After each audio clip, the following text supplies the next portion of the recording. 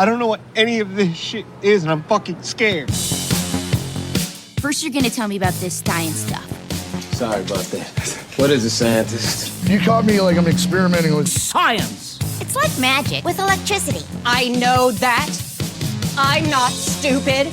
I'm smarter than you. The smartest scientists in the entire world all agree Science is a liar sometimes. Seriously, this could not seem less scientific. Those idiots don't know anything about science. It's science. I believe it's pronounced science. This is the least scientific thing I've ever seen. So I'm just experimenting with them. You be quiet! Thank you, scientist.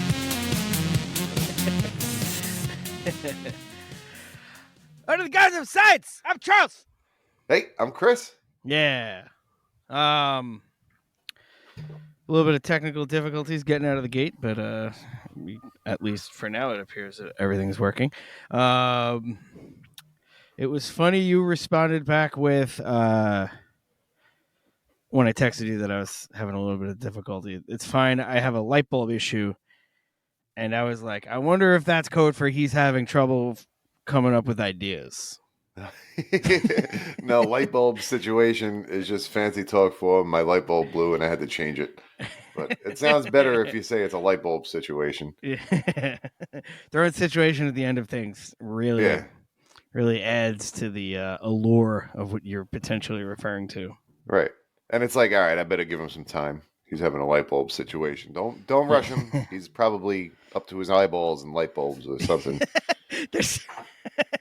Like you opened the door to your office and it was just you could barely get it open. Like, what the cans? Was somebody drinking a lot in here yesterday? What is this? Still all of them light bulbs. No.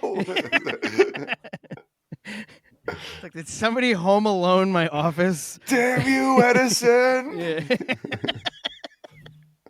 He came back through time to get back at you. You heard what we were saying. Yeah.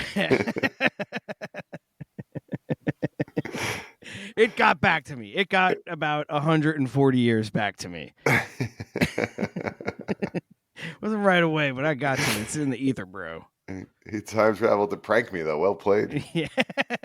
Well, we did that to him. Yeah, game respect game. Exactly. Yeah. We were whispering in his ear on his deathbed that everybody knows he's a fraud. Right. And stole everything from Tesla. All right. Well, now we got to get him back. Yeah. Very quickly, it's turning into a fucking 80s camp comedy movie. Just a prank war. Bill and Ted's Excellent Adventure. We could play the time game where you just say, after this show, I'm going to get in my time machine and I'm going to go back to do blah, blah, blah. And then it just happens. Like they would say, I'll hide the key here. And then boom, the key's in his hand. Because they already, Yeah. Remember the garbage can. Remember the garbage can. Remember the garbage can. Yeah. And then a garbage can just falls out of the... Yeah. Which technically, like, it seemed silly at the time, but they're like, all right, look how ridiculous time travel is as a concept. Right. That you could just say that. And then it'll happen as long as off screen they had to go do it. But who's to say they didn't? I mean, they could be 40 and go, oh, crap, I forgot. And then go do it then. As long as it gets done eventually. My favorite part of that movie, or at least that anytime that they were messing with Ted's dad in jail to steal his keys, they call him and leave him a voicemail at home, and it's Bill just going, "Hello, Detective Logan, this is Deputy Van Halen down at the police station. Found your keys. Better come and get them." Right. Deputy Van Halen, which I'm sure in Holland is not uncommon, but right for San Dimas, California, not there's not many Deputy Van Halen, dude. Deputy Van Halen sounds like, oh man, imagine they called Sammy Hagar Deputy Van Halen after he replaced David Lee Roth. Like they didn't have the same amount of respect for him. Like, all right, you're Deputy Van Halen at best. Featuring, right now, Hagar. Yeah. They should have did that, like the Ramones or something. Just make them all have a Van Halen last name. They were already halfway there. Yeah. David Lee Van Halen. Just get two people to sign on. Yeah, Michael Van Halen. There we go. It's all done. Remember when they brought him back, and then like a week after they brought him back, they remembered, "Oh, this is why we hate this guy," and they kicked him out and got another guy. Yeah, they had him back. They were in a room with him for 30 seconds, and it was just him going, "Boozy da bop bop bop, scoody bop bop bop, and do boop bop bop bop bop," and they're like, "Oh fuck, that's right, he does this." Yeah, oh, that's right. It's like all the albums were good, all the songs were good. Why did we ever get rid of this guy? That's why we got a second tour bus. It's funny. Like I remember as a kid hearing like David Lee Roth's like in between bullshit, like just before a solo was about to start during like a breakdown, him just saying like corny bullshit. Yeah. Like the in Hot for Teacher. The entire Hot for Teacher, pretty much. Yeah. Hey, I got my pencil. Give me something to write on, man. Yeah, Jesus, shut up. He's like, hey, fellow kids, like trying to relate. And then come on, give us a break, Dave. One break coming up. Shit. I don't remember what song that was, but I remember being amused by it as a, 8 to 10 or 11-year-old and being like, oh man, what a fucking cornball. Yep. And that's why I don't, oh, sorry, go on. Being like, getting older and going, oh man, what a fucking cornball. And then it came all the way back around for me. And it's like, all right, God damn it. Oh yeah. Yeah. It's so dumb. It's so dumb. Like I'm probably not laughing at it the way he intended, or maybe I am. I don't know. He could be that far ahead of the game. But... Right. Yeah, maybe it was all, look how corny I am, but I don't know. That's why I don't care how talented Eddie is or was or whatever. I'm a no-go on Van Halen. All right. I can't do it. Yeah. I did the combination of having a music streaming service and not being allowed to go anywhere or talk to anybody for several months. Yeah. It was just like, all right, let's just every band. And I went through all the David Lee Roth Van Halen stuff and was like, half of it's kind of corny, but half of it's like, holy fuck. Like, I don't know. I personally dig it. I definitely have way more respect for him than I did. Not that I ever was like, oh, these guys suck, but I just hate happy shit. I don't know what it is. I can picture Eddie Van Halen smiling as he does his little whittly. Like, fuck out of here. I can't stand it.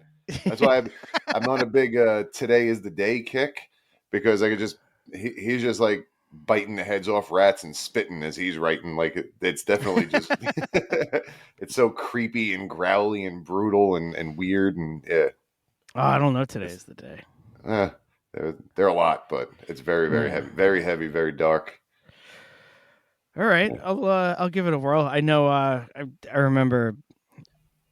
I probably heard the name Neurosis a handful of times, but didn't know anything by him. And then that sent that video out in the text group of them at Ozfest. And the live version of Locust Star. Yeah. Yeah. That, and I was like, wow, these guys are fucking heavy as fuck. Yeah. And then I would like give an album a listen, and I'm just like, I can't do any more today. It's a lot. It's exhausting. It is like, very, very heavy, depressing. Like, yeah. Yeah, like the music fucking kicks ass, but it's just like it really captures like a mood. It's very, very drab and bleak. Right. Sounding. That's my playground. That's where I bathe. Yeah, I think musically, I'm like a reptile. Like I am in the mood of what I am listening to. Oh, okay. Yeah, so like if I'm listening to something warm, And be like, oh, cool, yeah, this is a nice one. But if I'm listening That's to something immediately my mind went to how do you sun yourself with music? That's what I was thinking when you said reptile. But okay, yeah. So throw on some Sublime and soak it up and yeah, man, smoke 2 joints before you smoke 2 joints, and it's a good day. Sheryl Crow, Soak Up the Sun, listen to that Gotcha. one. Little was it Vitamin C, Steal My Sunshine? I could do a little bit of that. Little Walking on Sunshine. That'll also keep me Black Hole Sun, a little deceptive in that. It's got sun in it, but I should realize that the first word is black. So that's the more important part. The black hole, they lean into the black hole part. They do. Yeah. All right, well, one song then. Expectations exceed reality. If you're going to listen to Today's the Day, just listen to the one song and see how that goes and take it from there. Yeah. Hopefully they do.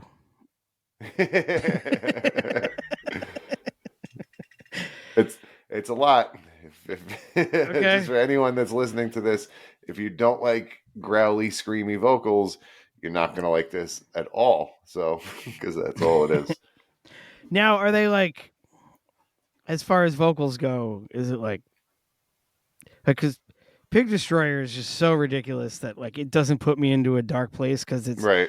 I don't know what's going on most of the time. Like I'm I'm kind of keeping up, but I don't know what any of the words are to any of the fucking songs. You can pick up words to this. It's more, he does a lot of vocal distortion, and like, multiple tracks of his vocals where he's kind of like creepy whispering and then like screaming in the background, but he lowers that down and distorts it and puts it over his creepy whispering. So it has like nice. It's so weird. And so, but yeah, it really like, I like that skin crawly shit. I don't know why. You're a skin crawly kind of guy. Yeah.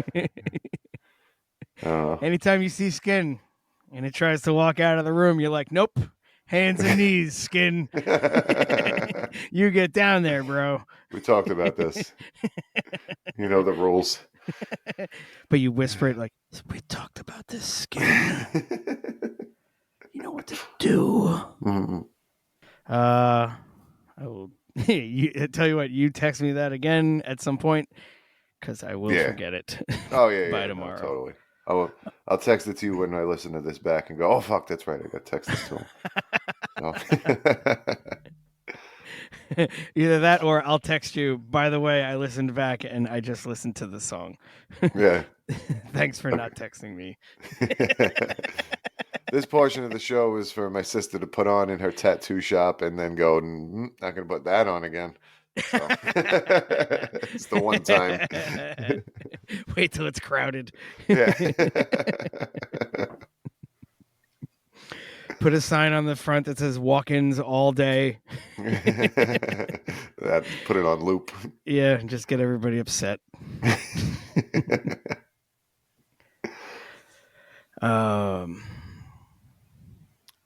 Ham-fisted segue. Yeah. And I'm just going to say that, so you know. Speaking of dudes. Yeah.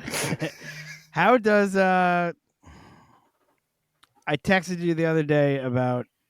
I'm going to ask you about cell phones and how they don't how you don't get service. Like how can I rule out what areas suck to be aside from not being able to get any internets on my phone? What is causing signal to disappear? And I don't know.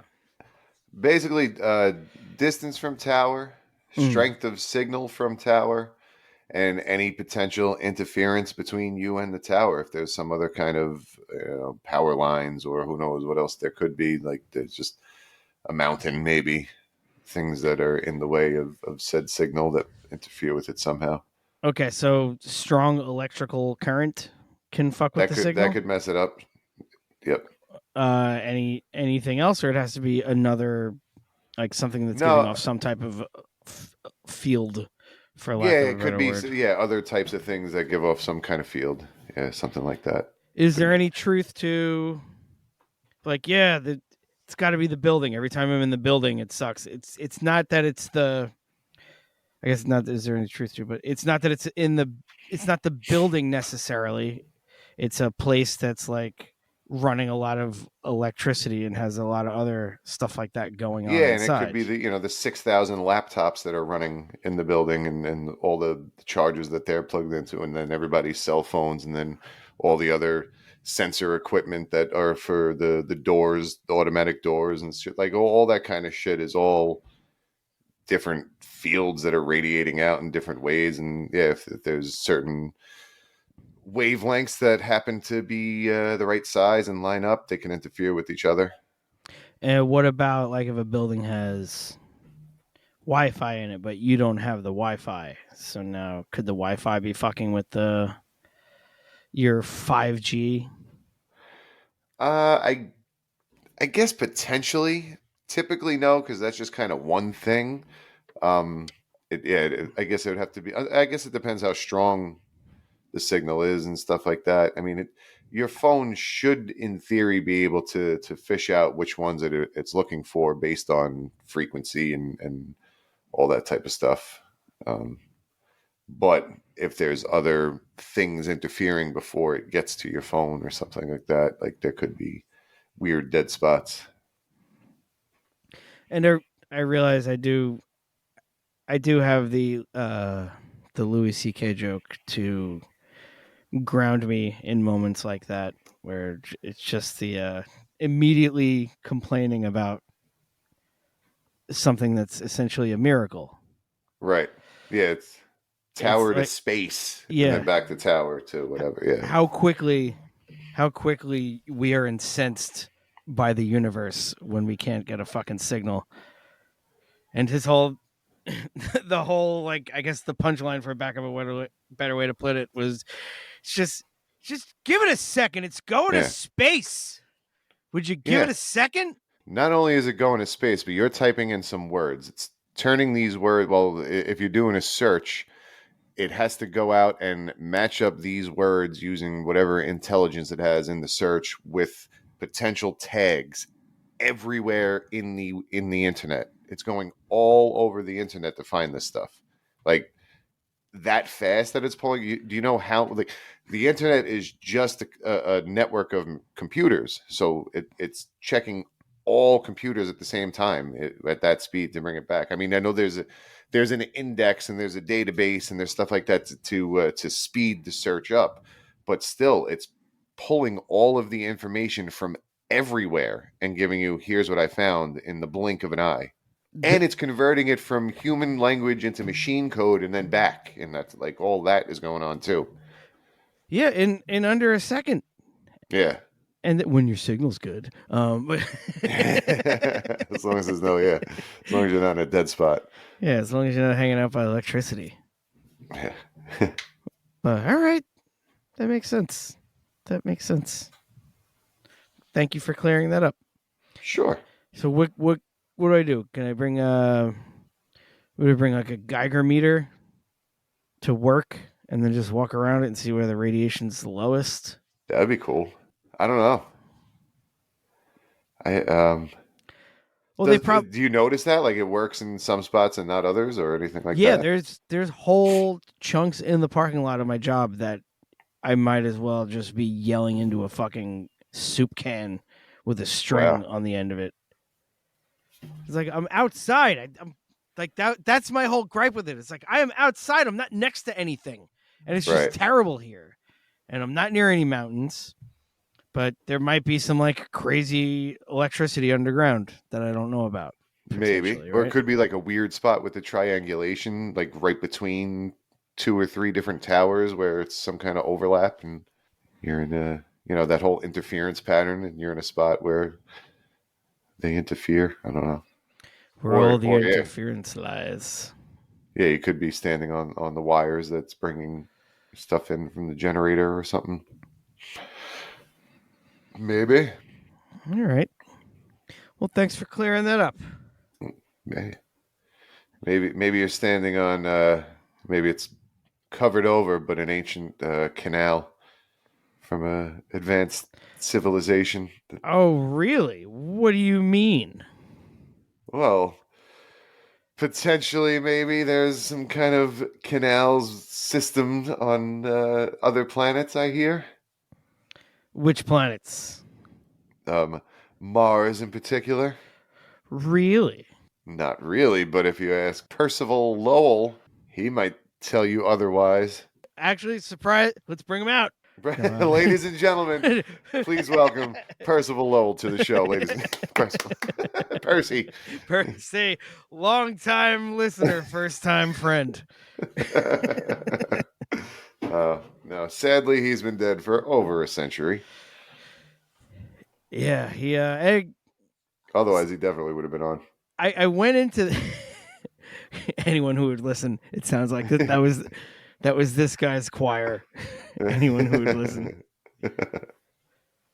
I was happy to hear that it wasn't all negative with him. Mm. He did throw a lot of shit against the walls, and some of it stuck.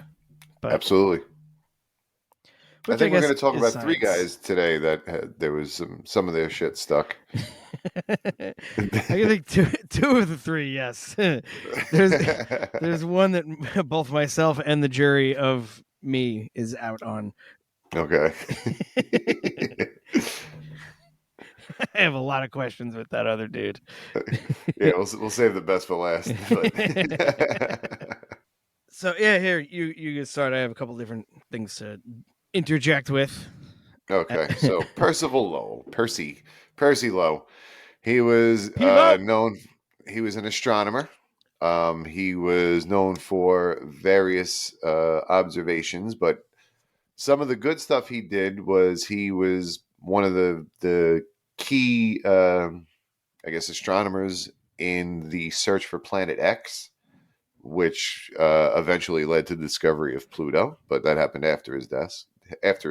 But that was so he did have some positive contributions. But I think what he's most known for is his observations of Mars. He was well known for not only observing Mars, but proposing the existence of a network of canals on the planet's surface. I don't know if you have this fact or not, but what got him interested in, like, what was the Doc Brown banging his head on the sink of putting the idea in his head of he read it in an Italian textbook or a lecture or something like that, and it said Mars had the word canale, if we can get the Italian accent out of the way early again, but Canali, which translates more to grooves. Okay. Like the groove in something, where as canal implies the existence of intelligent life that put a canal there on purpose. And he just read canale and assumed, not knowing Italian, that it was just the same exact thing as canal in English. So he was like, oh shit, this Italian dude is saying that there's canals on Mars that people built or a civilization built. Like, that's the leap he made. And because it's in a book. So yeah, that's all it took for him? That's all it took. Okay. It was written down somewhere, not in his handwriting. And he was like, well, fuck. Scientific method be damned. That's evidence for me. Knowing full well that it was in another language. Oh, jeez. And he didn't even translate it. Yes, and he was looking through like a shit telescope too. It was like, it got much better, and people were able to point out with newer telescopes, like, no, there's none of what you're saying is there. at least not to that extent. But yeah. And what's crazy is, like, so his observatory that he had was in Flagstaff of what would eventually become Arizona, and most observatories were right near whatever university paid for it. So even for back then, light pollution fucks with how well you can see something. And Right.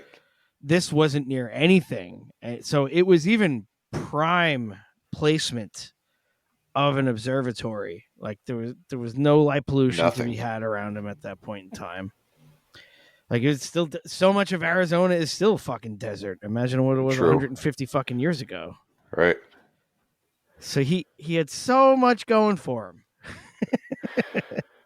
Yeah, close but no cigar, I guess, because I know. So he said that it looked like canals constructed to channel water from the polar ice caps to irrigate the Martian surface. And he saw these lines, and that was whatever he read, and that leap that he made from there. Not even saying maybe this is some kind of geological, natural occurrence or anything like that. He immediately went, there's an intelligent civilization up there that built these. Has to be. Yeah, like, that's gotta be what that is. Yeah. Like, picture the Suez Canal or I don't know, any canal here on Earth if you're standing next to it. Like Erie. the size. Yeah, the Erie Panama. Canal, sure. That's all the canals. What's your favorite canal? I only know 3 apparently.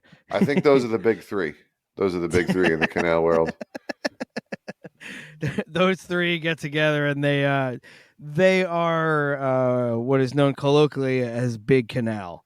Anytime they're like, who's pushing this agenda about getting boats through bodies of water quicker, it's Big Canal. We need more locks. It's all Big Canal. Speaking of canals, you remember when the Suez Canal got jammed up and it shut business down and all that for a day or 2? Yeah.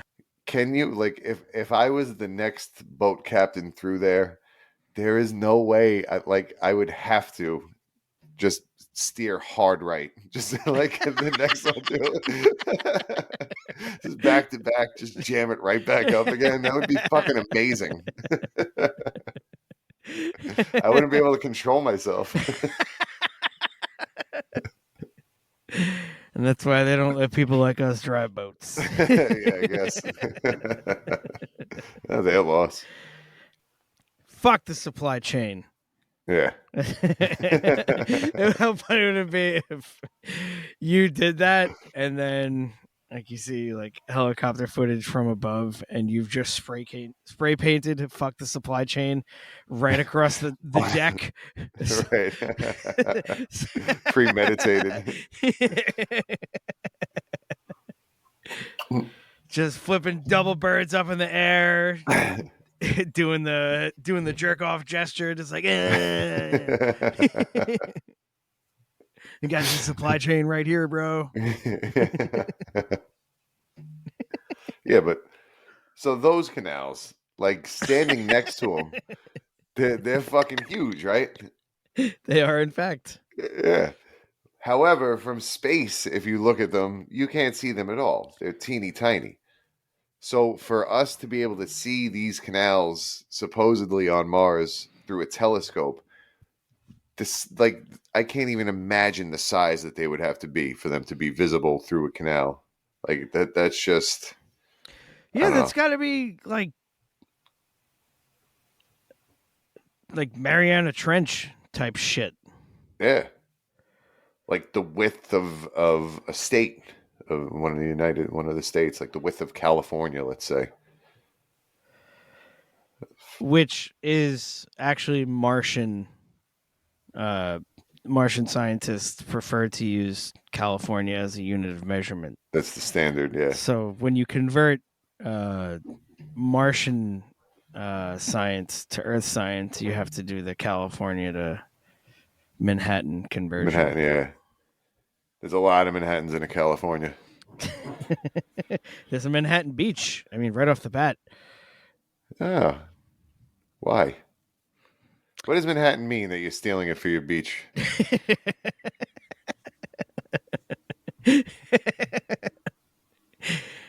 I think that's another great title of a book for you. But like have an angry you shaking your fist angrily as the picture.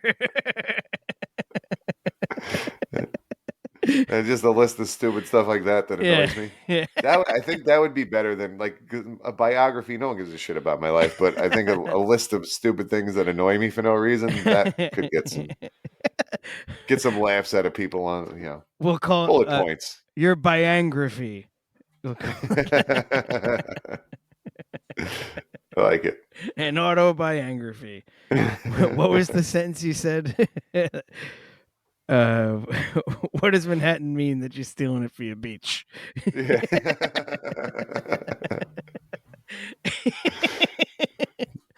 Right, California, right in. Let me know as a state.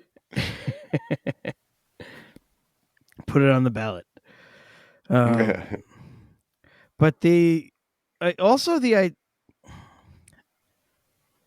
so if they needed water somewhere, like the need for canals like that, if they needed water at the other end of those canals from their polar ice caps, the idea would be that they don't have enough water. And doesn't that usually come from like drying up? Yeah.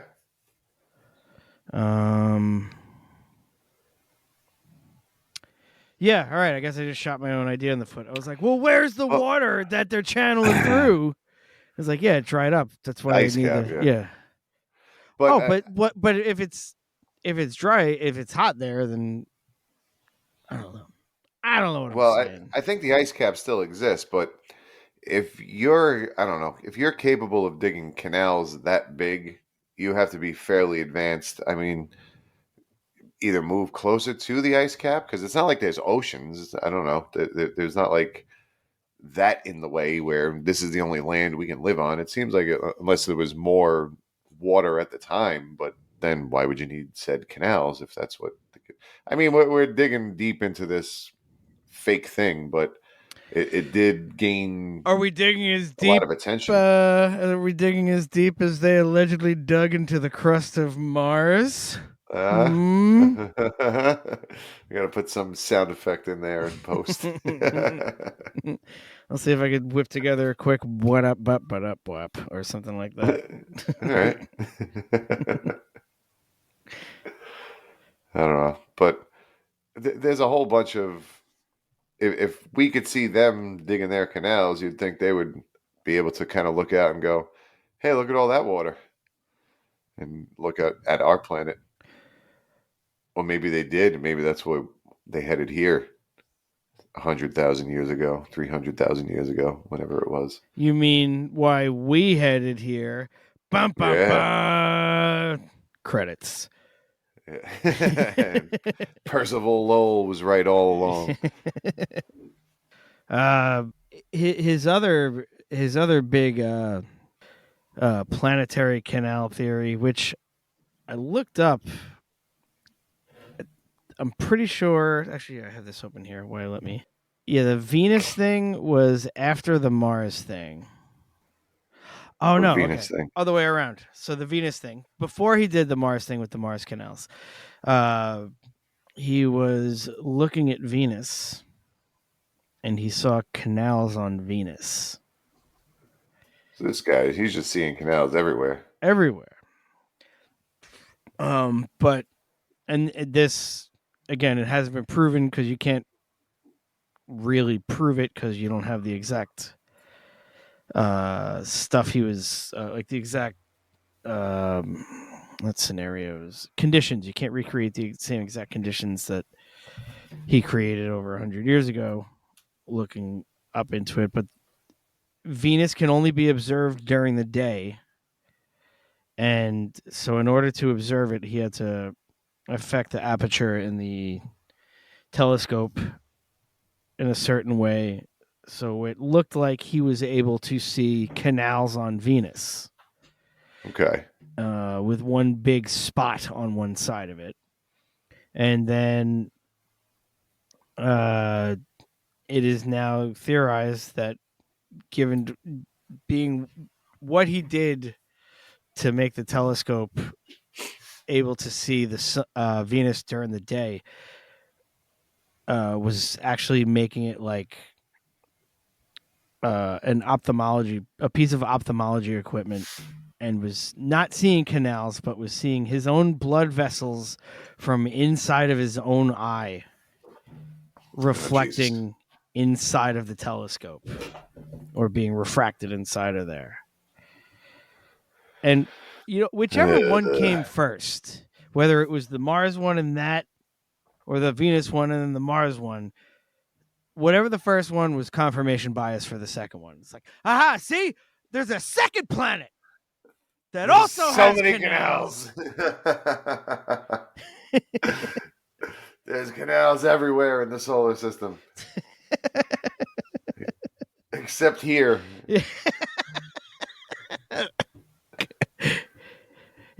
It's amazing. Like, he wasn't able to get like a really large push for like a bigger irrigation initiative, because he apparently was very convincing. Yeah, it did get people talking, I guess, back then, right? Like, they were one of the things I watched was even saying that it's mentioned in and inspired some of War of the Worlds, the H.G. Wells War of the Worlds, because it wasn't like necessarily accepted as fact, but it got around enough. Like, look how flat Earth is, for example. Right. It's not real, but it got around enough so that people are talking about it. And except, all right, but he was like, came up with it. Right, but he was doing all this stupid stuff and poking around, but it led to War of the Worlds, and it led to discovery of Pluto. So like, he was barking up the wrong tree, but other people were like, hey, we should try barking up trees, and found the right ones, I guess. Yeah. Something like that. Instead of, this tree shouldn't be here, so we cut it down. And now the tree that's growing out of that stump has grown back. It's like, see? We should be barking up this tree. It's like, no, we already cut that tree down. The Earth is not flat. Oh yeah, that's a different case. The old flat Earth tree. We are so reliant. Our technology that helps us run life is so reliant on the world being round and being a globe. Like when they say pilots don't factor, they absolutely do. They factor all of that stuff in all the time.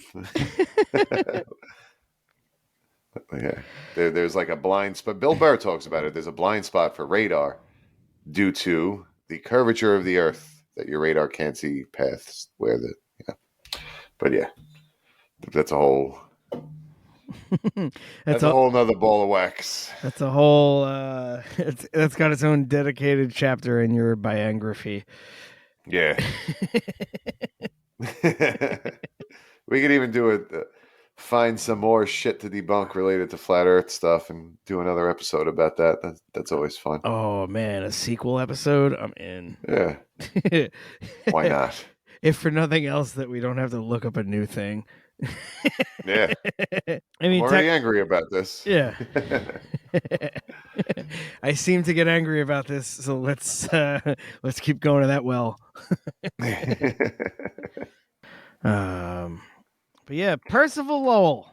Not everything he said was crazy. Just most of it. Most of it. But is most everything? It is not. That's correct. Most everything is not everything. Everything is nothing. Mostly. I don't know why the recording stopped. Maybe my Wi-Fi signal dropped. So here's the song with the dead aircraft, or else it'll sound like shit. 'Tis the season, my favorite Christmas carol is O Come, Emmanuel. I always felt it had the nicest melody. Speaking of Immanuel, here's Immanuel Velikovsky. He's got theories on Venus and Mars as they pertain to the orbit. 0 for 3. 0 for 3 on his career. Big big swings, though. Very big swings, but did not connect.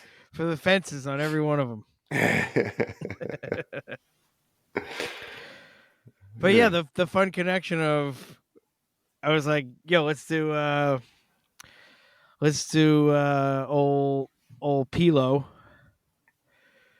And then you're like, I also found a maniac who feels strongly about Mars and Venus. It's like, shit.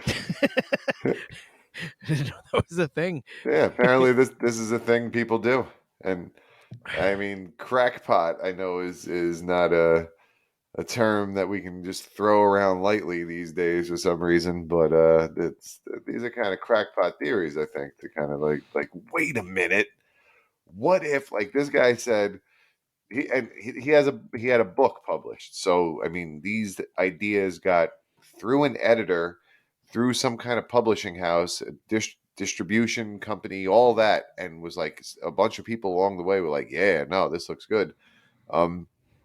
So one of his main theories was that Venus was originally a comet ejected from Jupiter and interacted with Mars and Earth in catastrophic ways. And these things have, over time, the planets passed near each other and stuff like that is a bunch of his ideas. Like Jupiter didn't like how Mars and Earth were interacting with each other, and was like, hey! And threw Venus at them to kind of get them to behave. Through where is Jupiter getting comets to eject in the first place? That's doesn't make any sense. It was like the comets are the can of pennies, and it's trying to get the pets of Earth and Mars to behave. So it just throws it near them to startle them both. Right. Get a good shake out of them. And but also Venus is, I think, if not the same size as Earth, damn close to the size of Earth. It's way bigger than Mars. It's but pretty much as close to Earth size as anything else that we've seen. Oh, right. Mercury is the first one. Mercury is kind of small, but Venus Mercury is little. Right. Okay. I had those out of order.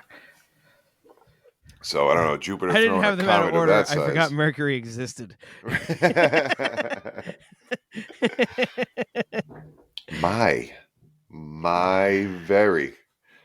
Well, she's just walking in, just very excellent mothers.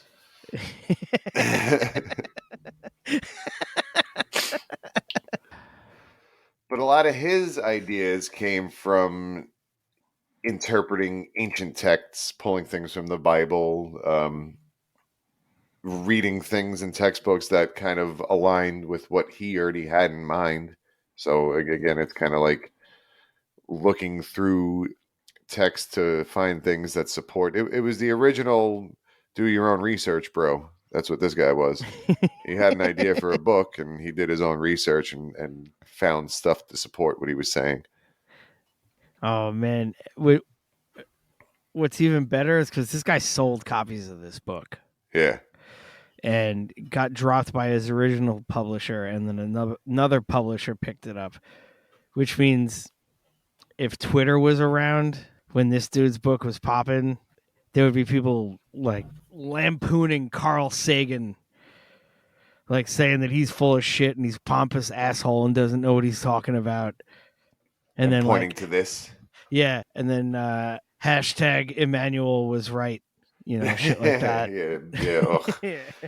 Yeah. I mean, I worry a segment of the population doesn't pick up on stuff like this and run with it. It's like, this was dead and buried. Now you're going to bring it back up because you think that the government's lying to us. Big Venus is trying to bury the truth.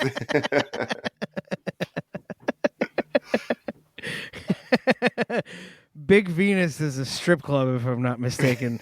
Right? Yeah. That's in Atlanta. It's Val Venus's strip club that he opened up.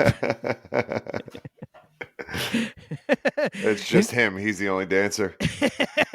And instead of a bell or a chime when you walk through the automatic door, instead of it going cling, cling, cling, cling, it just goes, hello, ladies. Every single person that walks through the fucking door. Oh, that DJ must want to kill himself.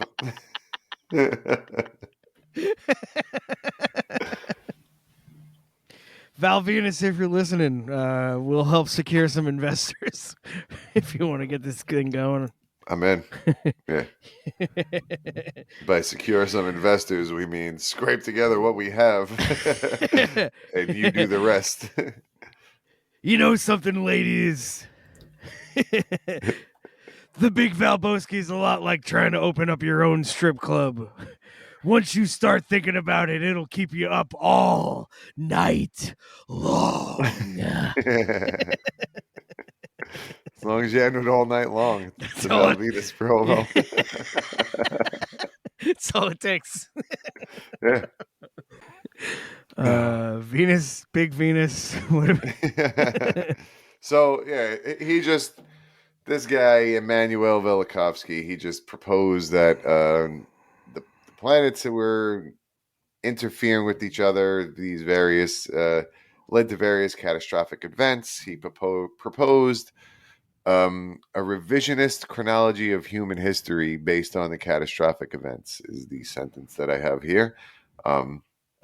So basically it's just, bullshit timelines in history, saying that whatever we had established, that looking at rocks and doing all that kind of stuff that we've been doing, he said, no, the Bible says blah, blah, blah. And that's why I think that Jupiter threw Venus at us and that kind of, so it was, again, pseudoscience going against actual scientific theory, not anywhere close to the scientific method, and still managed to get a book published, still managed to get through an editor, distribution company, all that shit. Yeah, if you don't can you cite your references?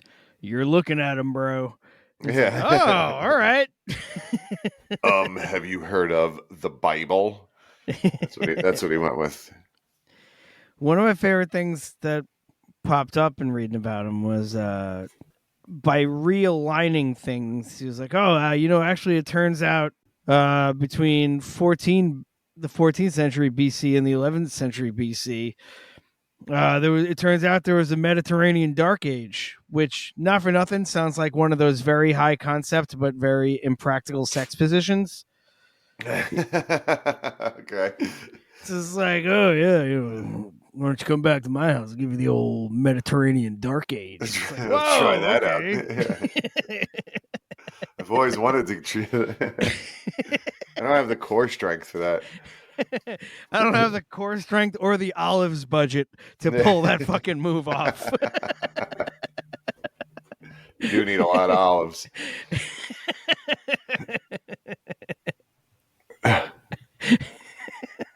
At least a pallet. I can't get that together on this short notice.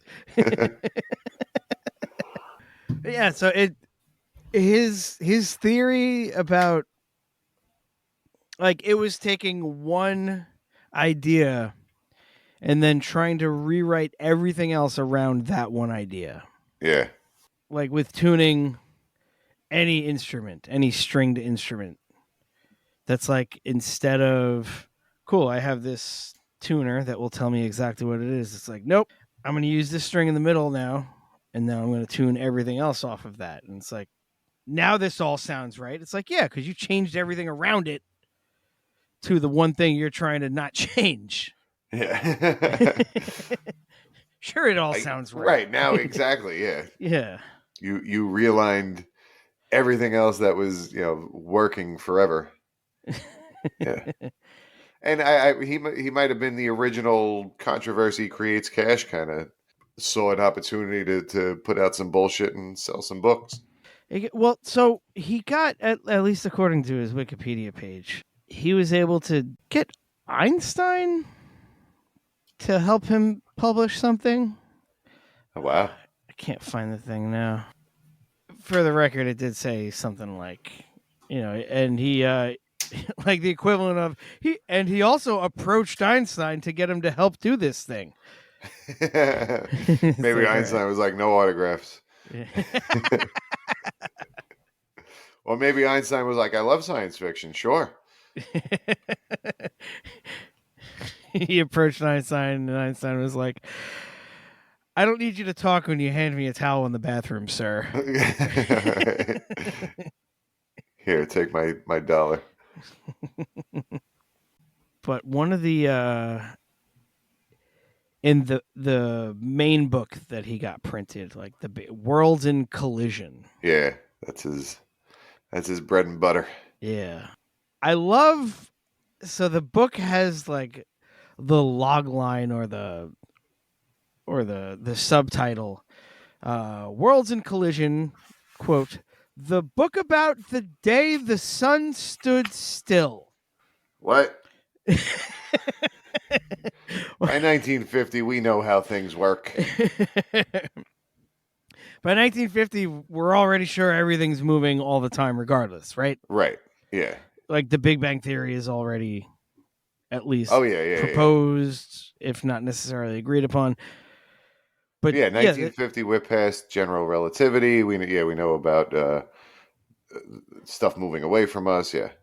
What does the sun standing still and then also being phrased as though it's a sci-fi movie from the fucking 50s? Like what how does that, I don't get what that has to do with the book. The Worlds in Collision thing? Yeah. Because he was saying, aside from the sun standing still, he was saying that there was various interaction between the planets in the solar system before everything settled down to where it is now. And there were catastrophic events from these close interplay between the different heavenly bodies. Okay. Which he just completely made up. None of it is based on anything except him cherry picking sentences here and there in ancient texts. Him cherry picking sentences, words, sometimes even individual letters. Yep. To make this it letter say... was in a book. And this book also featured the word science. Yeah. It's gotta be true. Yep. This is based in scientific text. That's all. Good enough.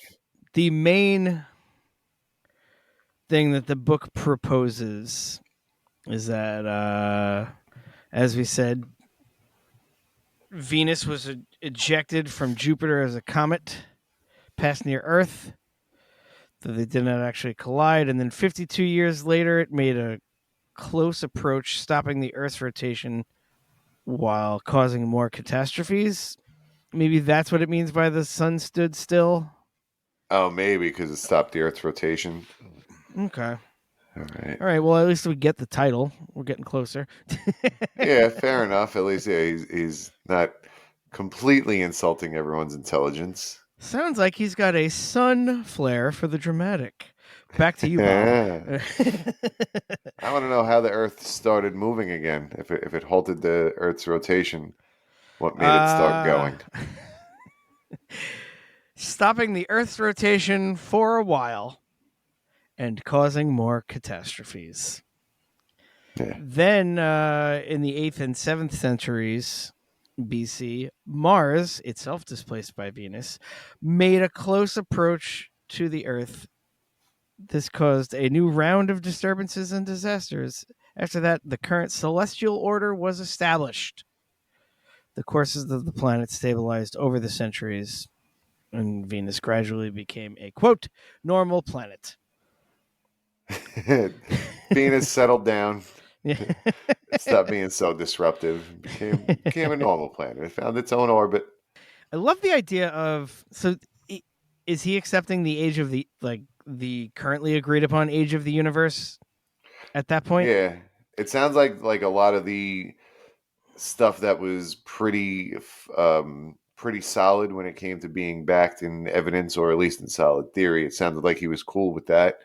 But then the gaps in between, where there was some, I guess, misunderstanding or wiggle room, I guess is a better way to put it. He wiggled hard. That's what he was doing. He was a big wiggle. He was a big wiggle. He was a wiggler. Oh, yeah. He was a wiggler.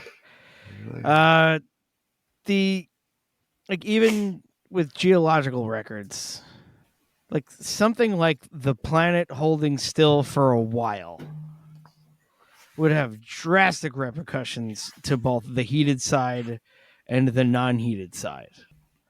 Oh yeah, no, I and what does he mean by a while?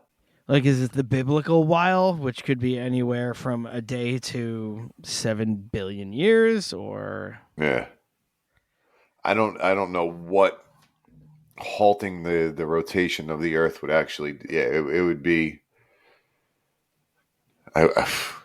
Really catastrophic. I think it would be like, like really setting life back big time, catastrophic. yeah, like Just imagine if you're on the side where it's noon all the time.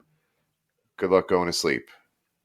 Just that alone. As I know we have houses and shit like that, but whenever back then they didn't have, being a bird or something like that, like just from the bottom up, fucking up the food chain. Even not to mention the direct heat. Like if it's like a month or two of direct sunlight nonstop, yeah, everything's going to be on fire. Heat on the hot side, freezing on the cold side, and awful storms where they meet. Oh, that's right. Yep. The storms along the equator. I forgot that came up at some point. But yeah, that's always everyone's answer. Well, I'll just stay on the part where it's where it's Hurricane Katrina 7 days a week. Right. You're just living it. You're just waiting for the next one. Like today's a nice day. It's coming. You get ready. Yeah. Speaking of Hurricane Katrina, you can see her at the Big Venus, Val Venus' strip club 7 nights a week.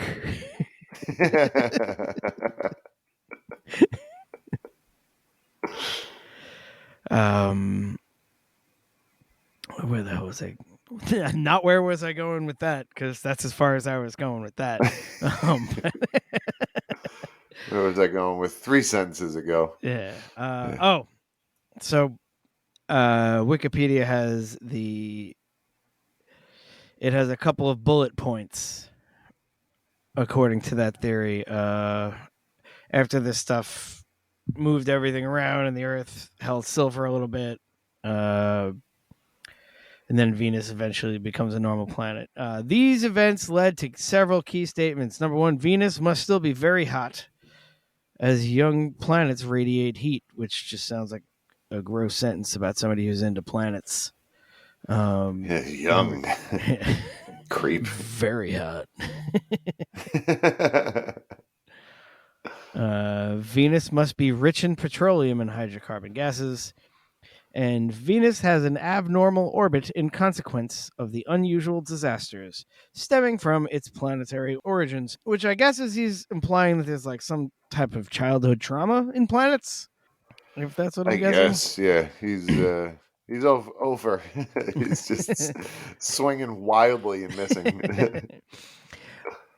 He then suggested some additional ideas, including one, Jupiter emits radio noises.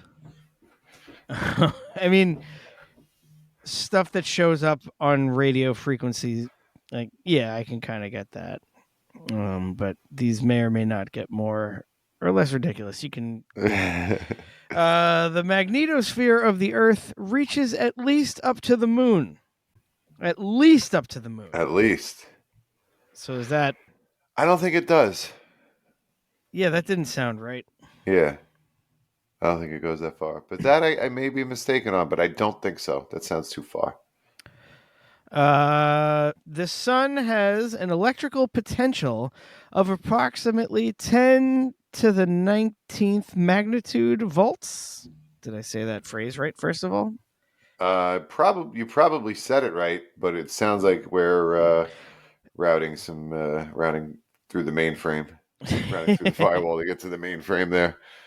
But just to check the math here, so 10 to the 19th magnitude is just 10 with 19 zeros at the end, or if that's what he's saying, 10 to the 19, yeah. It's well, 10... to 1 with 19 zeros after it. Okay, yeah. So that it's it's 10 with the little 19 as the. I don't know what he means by electric potential. Like, I mean, it has a heliosphere, like we've talked about that. There is electric potential defined as the amount of work energy needed per unit of electric charge to move the charge from a reference point to a specific point in an electrical field. Oh. Again, it sounds as convincing as the rerouting server and mainframe. Right. And all that. It could be words, but I don't know those words. Right. And the number, it seems like he just kind of said something, picked a big number and went with that. 10 to the 20th. No, they'll see right through it. Right. 10 to the 19th. Oh, you sly dog, Immanuel. They'll never catch on to that. Right to the top of the bestseller list. Oh, and the last one. The rotation of the Earth can be affected by electromagnetic fields. No. No, it can't. I think the rotation is part of why it's the convection, but there's some horizontal activity to the rotation and the liquid iron that's in there in the core that causes the electric field. So it's not the other way around. Right. It's not being affected by. Yeah. Yeah. Had that been the rotation or the electromagnetic field of the Earth can be affected by the rotation. Right. Like exactly. if they swapped those two nouns in there, it would be a. Imagine be legit. It would sound imagine legit. he wrote out his idea. Well, no, this lends credence to our theory that he took several words from books. Maybe he just cut words out of individual books and just shook them out on the floor.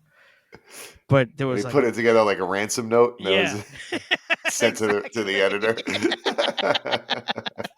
And the editor fucked it up. He actually got one right.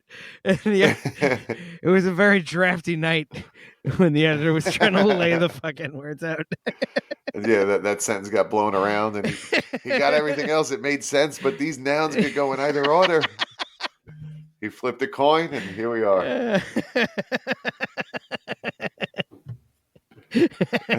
And then he told him, he was like, Immanuel, I'm so sorry. There was a draft. It blew all the letters. I got them all back in, but I wasn't sure about the nouns. I don't know if I put the nouns in the right order. And Immanuel was like, don't worry. The whole book is bullshit. And they both went on to make some money. I don't know if I put these nouns in the right order. He's like, well, I didn't put any of them in the right order. Right. Did you see what I sent you? It was... I'm not worried about it. If they notice that it's not in the right order, we got bigger problems. Did you not read? You told me you read it, bro. Yeah. So he got as I mentioned earlier, he got fucking lit up by Carl Sagan. Oh, really? Yeah, like they debated it at some point, but he wrote that Velikovsky misunderstood the mechanism for the heat on Venus, and that he did not understand the greenhouse effect caused by Venus's atmosphere. Ultimately, Venus is hot due to its proximity to the sun. And then Sagan said, number one, temperature was never specified by Velikovsky. Mechanism proposed for providing this temperature is grossly inadequate, and the surface of the planet does not cool off with time as advertised. And number four, the idea of a high surface temperature was published in the dominant astronomical journal of its time, and with an essentially correct argument 10 years before Worlds in Collision even came out. Oh, man. I wish they had YouTube recordings of that shit, because Sagan was probably just like, not even mean about how brutal he was, but like brought in a blanket and was just like, and here's how heat works. And you see, if I lay out the blanket on top here, the heat can't escape. So his ideas about how Venus can lose heat overnight are completely unfounded. If you notice here, like, that kind of shit, where it's just like a kindergartner can follow it. Yeah, and have a fucking Mr. Rogers smile the whole time that he's fucking doing it. Yeah. Because he was high as fuck. Yeah, everything is awesome. His criticism is actually published in Scientists Confront Velikovsky, which I know sounds like a Norm Macdonald punchline. It sounds like a cover album for a punk band or something like that. Like a whole bunch of other bands doing a tribute song. Scientists. Velikovsky is the band that they're all covering. Right. And then it's quote Scientists Confront Velikovsky.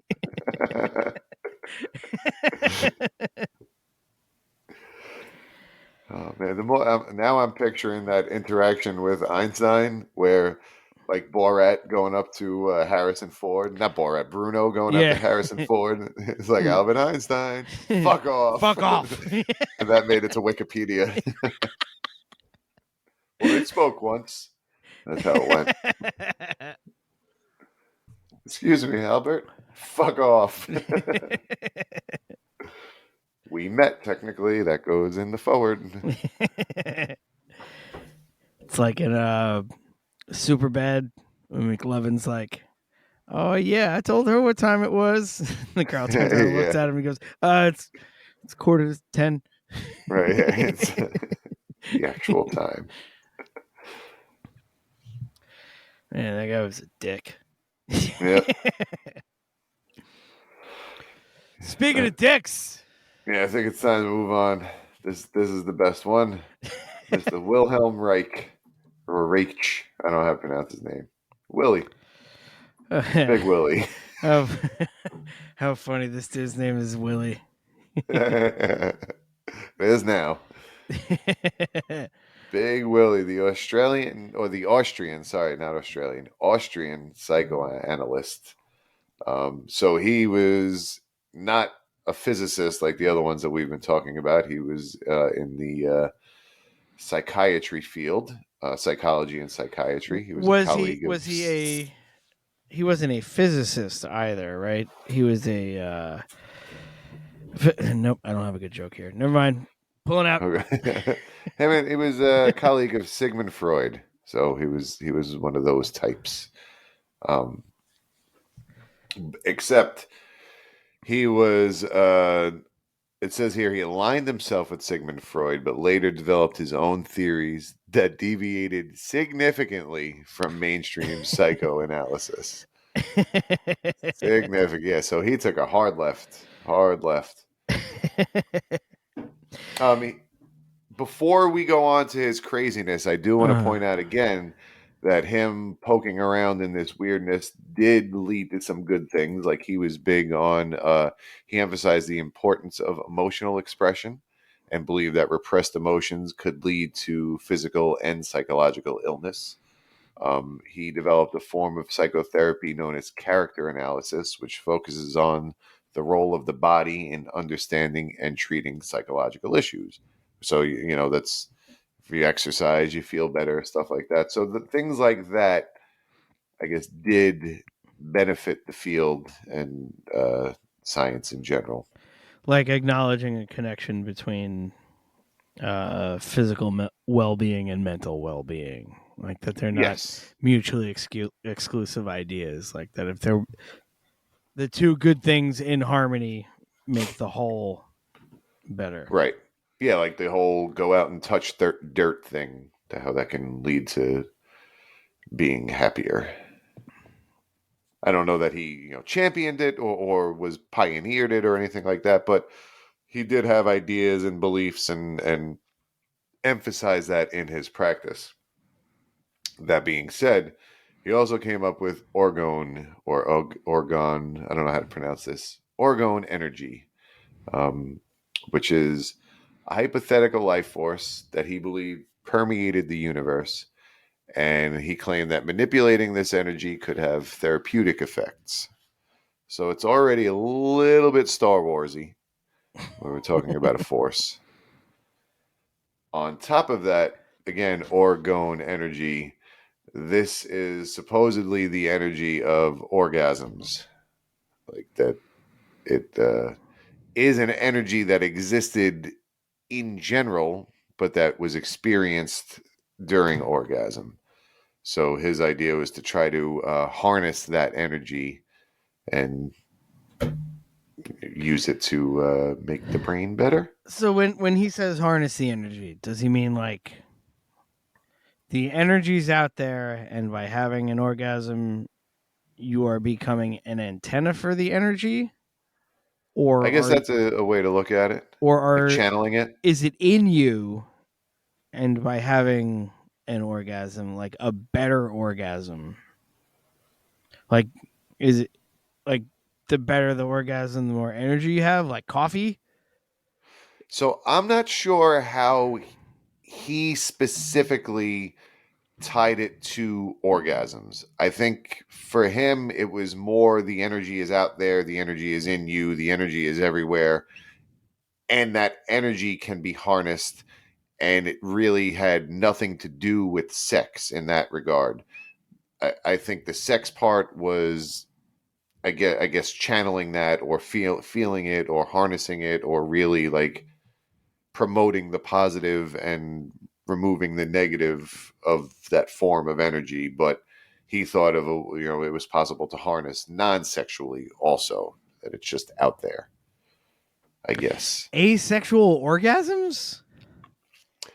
I'm not even sure orgasming. It's just being in a positive mood, like having a positive mindset due to this energy. Well, Bill, we are on two different wavelengths. And he built something called the orgone accumulator, which is a big box, which he claimed could harness and concentrate this orgone energy. This box had multiple layers where it was like the outer layer was wood, and then there was alternating organic and inorganic layers inside, I think fiberglass, metals, stuff like that. And so one of them, the inorganic stuff, could channel the good stuff through, and the organic stuff would keep the bad stuff out somehow along those lines. So you could sit in this box and have this energy permeate you, and the bad stuff get pushed out. So you just go into the box and hang out into the box, and then you get the energy. It gets drawn out of the air. That's what he, I guess, claimed when it came to talking about this in court, which we'll get to. Oh. So, but it sounds to me like a masturbation box. Let's just call a spade here. It sounds like you go into this box, you rub one out, and then you feel better. And then you come out and face the day. Which, I mean, again, it's not wrong. Right. It's not fucking... Yeah, that'd cheer you up, sure. It's like the... it's like Christianity in churches. It's like, you don't need the box to feel good. Yeah, right. You had the power in you all along. Right. Stop tricking people into going into stuff. This guy just wanted to sell his jack-off boxes. It's like, I came up with this great one. My wife doesn't know what I'm doing in there. Everyone should have one. I tell her I'm meditating. I come out in a better mood. She's happy. I'm happy. Everyone needs an orgone accumulator. Ladies, you can get yourself an orgone accumulator. Hop in there and, However, it is still the early 20th century, ladies. So, number one, you're not allowed to use it by yourself. Right. Yeah, but so he said sitting inside the accumulator for a period of time could promote physical well-being and emotional health. It could alleviate a range of conditions from general fatigue to more severe psychological issues. But there was naturally a ton of skepticism and criticism from the scientific and medical communities. There was no real evidence or scientific method for this jerk off box. Like this guy made did Faraday boxes exist yet? Did this guy just like make a reverse Faraday box? I don't think they existed. I don't know. Let me look it up. When was the Faraday box made? Okay, so 1800s, yeah. So Okay. yes, they existed. So he was like, instead of keeping stuff out, how about we let stuff in, man? The good stuff. What a creep. Yeah, I mean, the craziest thing about this, like I said, is that this went to court. So that there was enough controversy around this in the 1950s that it went to court. There was legal action. The FDA said the orgone accumulator and related materials are fraudulent. And this resulted in a court order to destroy the accumulators and a subsequent. Well, we'll get to that. So he wasn't allowed to make them anymore. And the court said any that exist need to be destroyed. So again, this is just a box. Like he's saying, no, people just go sitting there and he's sitting there for a long period of time and it's supposed to help you out. And even if are people going in the box and doing whatever they're doing to accumulate the orgone, however they want to call it, I don't understand why do they all need to be destroyed? What is the court's problem with these things existing in the first place, period? Like the FDA was like, these don't help anybody. Wipe them off the face of the earth. Well, number one, I would love that if this whole thing started with him trying to get the phrase off the ground of he was going to try to pick up women that night and was like, yeah, why don't you come out later on? We're going to go try to accumulate the orgone, if you know what I mean. And everyone's like, we have no idea what you're fucking talking about. You keep saying this all the time. Nobody uses any of those words in that order. What are you talking about? And it's kind of creepy. That tone of voice just makes it creepy. But I would like to believe that the reason that they destroyed this stuff was that the judge was like, listen, just quit while you're ahead. You're going to lose this case. Stop talking. And he was just like, actually, blah, blah, blah, blah. They're like, all right, we'll hold you in contempt of court and you're going to have to pay a fine. I don't care. I'll pay whatever fine. This stuff's great. All right, then you're going to spend the rest of your life in jail. And I will spend my life in jail talking about how great these orgone boxes are. It's like, all right, if you don't stop talking, we're going to break all your shit. That's the only thing I have left that can maybe threaten you. And he was like, everyone's tired of hearing about it. This is 1950. We don't say things like this. What happens in the bedroom stays in the bedroom. You don't have a jack-off box in your living room. It's disgusting. Yeah, but the court was like, destroy them all. Don't make any more. And he was like, fuck that. I'm making them and I'm selling them. These are great. And then... like, if a court told me you can't do this anymore, like, all right, I'm not doing it anymore. He was like, no, I believe in this. And I'm still putting them out. And they were like, all right, well, now you go to jail. Yo, can you imagine that there was a crack team assembled by the Department of Justice in the 50s that had to go, like, door to door, like, destroying these fucking jerk-off boxes? Excuse me, do you have an orgone accumulator? No. What is that? And they push past them. I don't have one. Sounds like the way you would say it if you wanted us to think you didn't have one. Boys, get in there. Yeah, it sounds like someone with an orgone. That sounds like something someone with an orgone accumulator would say. They end up finding out it works. They get corrupt. They have to have an internal affairs organization, which just the jokes alone for having to do that. I'm just looking up on Amazon right now to see if I can. No, you can search for orgone accumulator, but it just gives you weird pyramids. I wanted to see if we could buy one now. Can you get a jack-off box on Amazon? But yeah, I don't know the whole legality, the whole case around it is insane to me. That this guy made these things, and FDA was like, they don't do anything.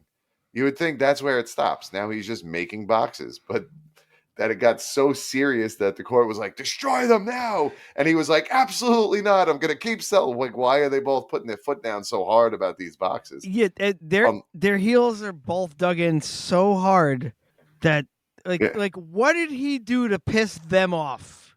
Yeah, or is there something? Is this one of those things that they don't want us to know about? Like, is this the real thing here? Is that what the billionaires have? They keep all the orgone for themselves. They don't want to share it. They just have jack off boxes. Yeah. And oh man, imagine it's like Wilhelm Reich the Sixth. Because in my head, he's always been Wilhelm Reich the Third.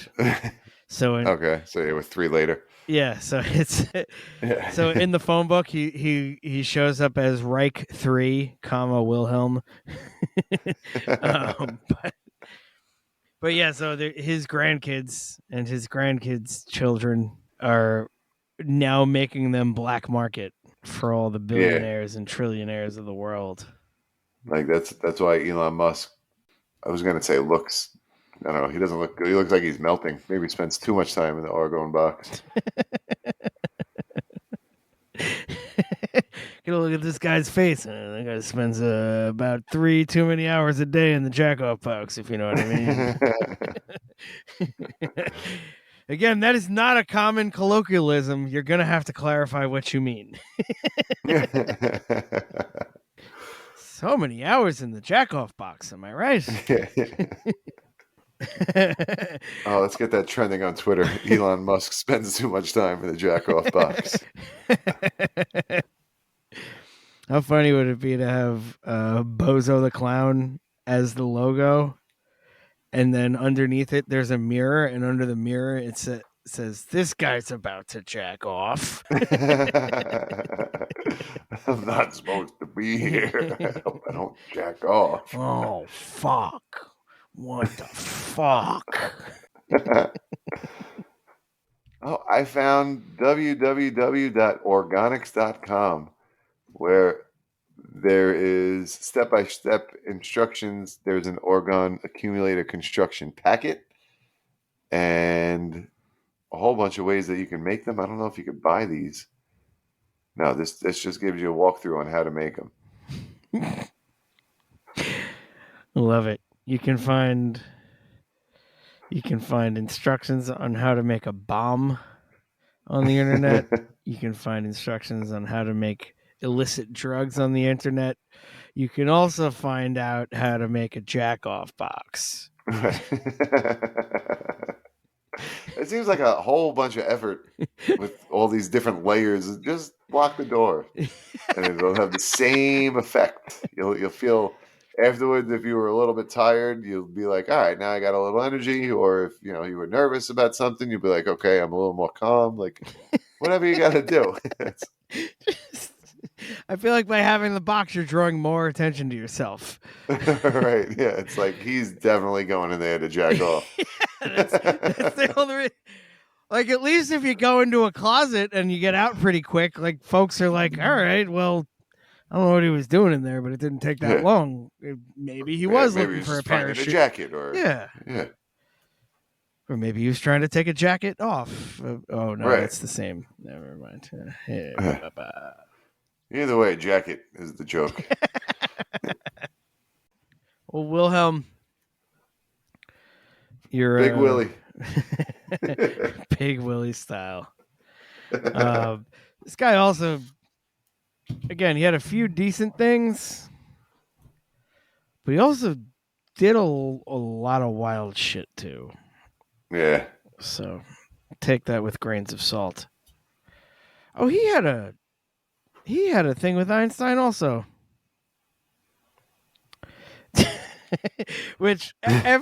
All right. So after everything that we've just said, to have the headline to the next paragraph on this dude be "The Experiment with Einstein," that gives it a very different vibe. And Einstein was like, "I'm not going in there."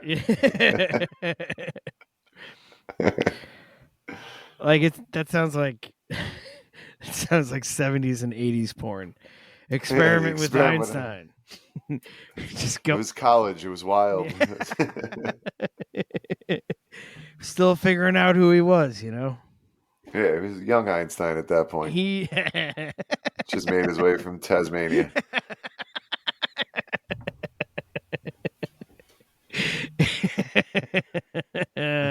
Oh, God damn it. Very nice. Have you anything else?